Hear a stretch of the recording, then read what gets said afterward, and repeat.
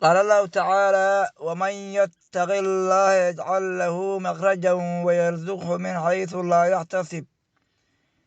ولا ليال الله سبحانه وتعالى ربي وحاونا ليهي إن قفك إلهي كعب صدو وإلهي كريا كدن بيو إن ربي سبحانه وتعالى وحوك أرسغا أما أو كنوليا ميل أوصل مليسنين ومن يتوكل على الله فهو حسبه قفك إلهي ترسارتنا إلهي وكفي ليهي asiga ayaa ku filnaasho kaliya hadaadan inta u badan waxaa laga yaabaa haddii aad maantay dhibaata kula soo diristo waxaad leedahay caliyow maxamuudow axmedow qofka kuugu dhow ayaad ku carare laakiin ilaahay kuma dhihin qofka kuugu dhow ku carare wuxuu ku yidhi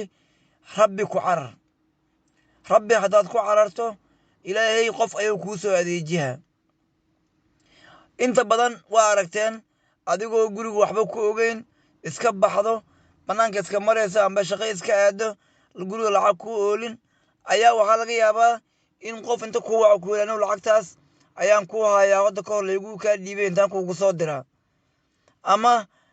qofku uu ku yidhaahdo kaale ilmaha faataxda igu akhriya bal 10 shilin qaado waxaas adiga waxaad malaysaysa ma ahan min xaytu laa yaxtasibu ay soo geleen laakiin ka hor adiga maxaad aheeday ka hor adiga ilaahay qof ku xiran ma aheed mase ma ahayn haddii ilaahay qof ku xiran aad aheeday jawaabteedii waa saas haddii ilaahay qof ku xiran aadan ahayn ee dowdar aheeday ee lagaa arsuqna waxaa lagu tuso hayaa oo lagu iftiini hayaa in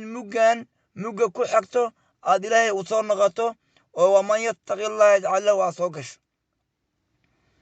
waayo xadiisku waatou ahay ilaahay muumin iyo kaafir baa wada irsaaqa laakiin iimaan ma siiyo ilaa muumin ma ahane oo qofka gaalka ah oo ilaahay subxaana watacaala aan rumaysnayn mulxidka dadkaas bannaanka maraayo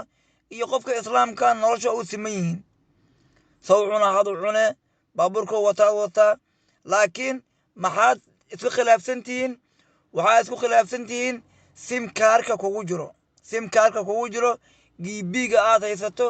iyo giibiga ou haysto ayaa iskhilaafsan adiga waxaad haysataa 20 GB laakiin asiga wuxuu haystaa 0 GB hada billahi tawfiiq